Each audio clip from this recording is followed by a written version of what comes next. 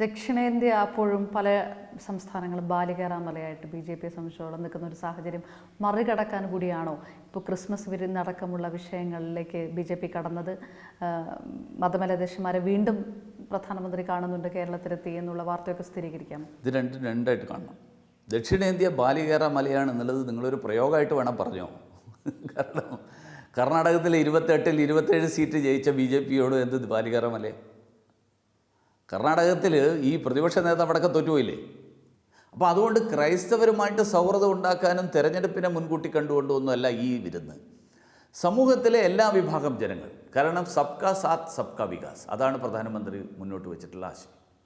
അതുകൊണ്ട് എല്ലാവരോടും ഒപ്പം, എല്ലാവരോടും ഒപ്പം എന്നുള്ള കാര്യത്തിൽ ഒരു വിഭാഗം ജനങ്ങളുടെ ആഘോഷം നടക്കുമ്പോൾ ആ ആഘോഷത്തിൻ്റെ ഭാഗമായിട്ട് നമ്മളൊക്കെ മനസ്സിലാക്കുന്ന രീതി ആ ദിവസം ഒരുമിച്ച് ആഹാരം കഴിക്കുക എന്നുള്ളതാണ്. അദ്ദേഹം കേരളത്തിൽ വരുമ്പോൾ വീണ്ടും ക്രൈസ്തവ മതമേലധ്യക്ഷന്മാരെ കൂടിക്കാഴ്ച നടത്തുമെന്നുള്ളൊരു റിപ്പോർട്ടുകളുണ്ട്. അങ്ങനെയൊരു എനിക്കറിയില്ല അതിനെക്കുറിച്ച്. അത് പ്രധാനമന്ത്രിയുടെ ഓഫീസ് എടുക്കുന്ന തീരുമാനം.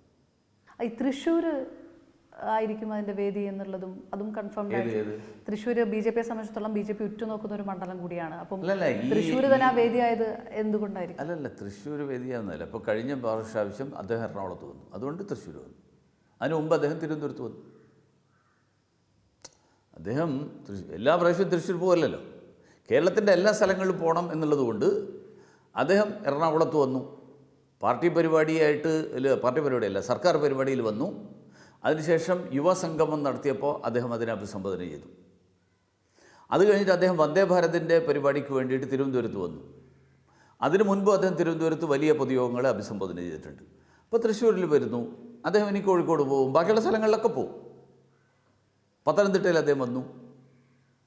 കേരളത്തിലെ പ്രധാനപ്പെട്ട കേന്ദ്രങ്ങളിലൊക്കെ ഒരു പ്രധാനമന്ത്രി എന്നുള്ള നിലയിൽ വരിക എന്നുള്ളതിൻ്റെ ഭാഗമാണ്. അതല്ലാതെ തെരഞ്ഞെടുപ്പിനെ മുൻകൂട്ടി കണ്ടുകൊണ്ട് തൃശ്ശൂർ കേന്ദ്രീകരിക്കുന്നു എന്നുള്ള അർത്ഥത്തിലല്ല. തൃശ്ശൂരും സ്വാഭാവികമായിട്ടും ഞങ്ങൾ ജയിക്കാൻ ആഗ്രഹിക്കുന്ന മണ്ഡലം തന്നെയാണ്. കാരണം സുരേഷ് ഗോപി അവിടെ സജീവമായിട്ട് പ്രവർത്തിക്കുന്ന സ്ഥലമാണ്. ജനങ്ങളുടെ ഇടയിൽ പിന്തുണയുള്ളൊരു ആളാണ് സുരേഷ് ഗോപി. അതുകൊണ്ട് സുരേഷ് ഗോപിയെ ജയിപ്പിക്കാൻ വേണ്ടിയിട്ടാണ് പ്രധാനമന്ത്രി ഇപ്പോൾ അവിടെ പോയി നിൽക്കുന്നത്. അതൊന്നുമില്ല. സുരേഷ് ഗോപി ജയിക്കാൻ ഇതും സഹായകരമാവും. അല്ലെങ്കിലും സുരേഷ് ഗോപി ജയിക്കും.